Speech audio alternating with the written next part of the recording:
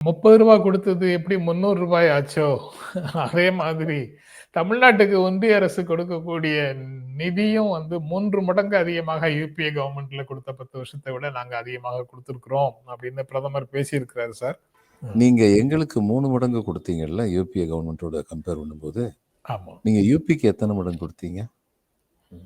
எங்களுக்கு கொடுத்த பணம் எல்லாம் எதுக்கு கொடுத்தீங்க? ஏர்போர்ட் கட்டுறதுக்கு, நேஷனல் ஹைவேஸ் கட்டுறதுக்கு, பெரும்பாலும் இதெல்லாம் கொடுத்தீங்கல்ல. யூபிக்கு 5 கிலோ தானியம் கொடுத்தீங்கல்ல, அதில் எத்தனை கோடி ரூபா கொடுத்தீங்க? அப்போ எங்களுக்கு எங்கள் பள்ளிக்கூடத்துக்கு பணம் கொடுக்க மாட்டீங்க, வாத்தியார் சம்பளம் கொடுக்கறதுக்கு நீங்கள் அனுமதிக்க மாட்டீங்க. அதை நிப்பாட்டி வச்சிருவீங்க. 3 மடங்கு செலவழிச்சோம், 3 மடங்கு செலவழிச்சோம்பீங்க. இது எந்த விதத்தில் நியாயம்? இன்னும் துருவி கேள்வி கேட்டால் சரி, இவங்களுக்கு பதில் சொல்ல முடியாமல் போயிடும். இப்போ நான் திரும்ப சொல்கிறேன், யூபிக்கு கொடுக்கறத பற்றி எனக்கு எந்த வருத்தம் இல்லை. UBR he is my brother, என்னுடைய சகோதரன். குடும்பத்தில் ஒரு பிள்ளை சவல பிள்ளை இருந்ததுன்னா அந்த பிள்ளையை கொஞ்சம் ஊட்டச்சத்து அதிகமாக கொடுக்கணும். அதில் எனக்கு மாறுபட்ட கருத்து இல்லை. ஆனால் ஏற்கனவே வளர்ந்த பிள்ளை உனக்கு இனிமே கிடையாது, போதும் நாளும் நீ வளர்ந்துட்டேன் அப்படின்னு சொன்னால் அது என்ன நியாயம்? இப்போ அது மாதிரி இவங்க பண்ணிக்கிட்டு இருக்காங்க. இவங்க பண்ற இந்த கட்டுமான திட்டங்களின் மூலமெல்லாம் உடனடியான பலன் பணக்காரர்களுக்கு தான் கிடைக்கும். இப்போ இந்த இதில் கோல்டன் குவாட்ரிலேட்டரல் பண்ணாங்க. கோல்டன் குவாட்ரிலேட்டர் பண்ணதுக்கப்புறம் நான் போயிருக்கேன், இதுக்கு முன்னாடி போயிருக்கேன். இப்போ கொஞ்சம் வேகமாக போக முடியுது. நிஜமாக அது ஒரு பலன் தான், ரொம்ப வேகமாக போக முடியுது, நிஜம்தான்.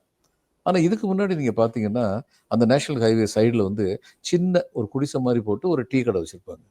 இந்த மாதிரி ஏழை எளியவர்களுடைய வாழ்வாதாரங்கள் அதன் மூலம் பாதுகாக்கப்பட்டன. இன்னைக்கு அந்த டீ கடையெல்லாம் காணுமே.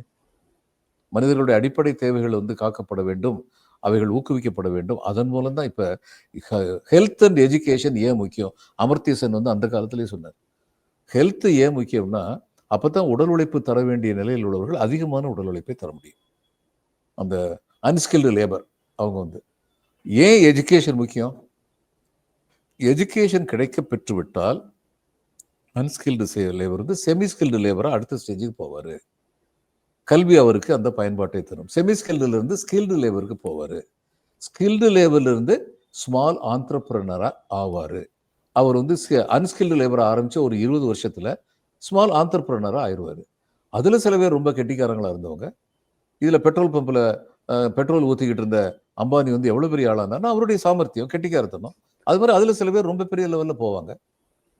இப்படித்தான் இருக்க வேண்டும் ஒரு நாட்டின் வளர்ச்சி திட்டங்கள். அதை விட்டுட்டு சில பேருக்குள்ளே எல்லா லாபத்தையும் குறிக்கிறோம், அவங்களுக்கே எல்லா இண்டஸ்ட்ரியும் கொடுக்குறோம் அப்படிங்கிற மாதிரி ஆயிடுச்சுன்னா. இன்னைக்கு அஸ்ஸாமை பற்றி ஒருத்தர் சொல்கிறாரு, என்கிட்ட அஸ்ஸாமை சேர்ந்த ஒருத்தர் என்னை பார்க்கறதுக்கு வந்திருந்தார். அவர் என்கிட்ட சொல்கிறார், பெரிய ஏர்போர்ட்டு சார், உங்கள் மெட்ராஸு இந்த அளவுக்கெல்லாம் ஈக்குவலாக கட்ட போகிறோம் சார், அதானி கொடுத்துருக்காங்க சார். ஏன் அது எதுக்கு அதானிட்ட கொடுங்க, அரசு கட்டக்கூடாதா?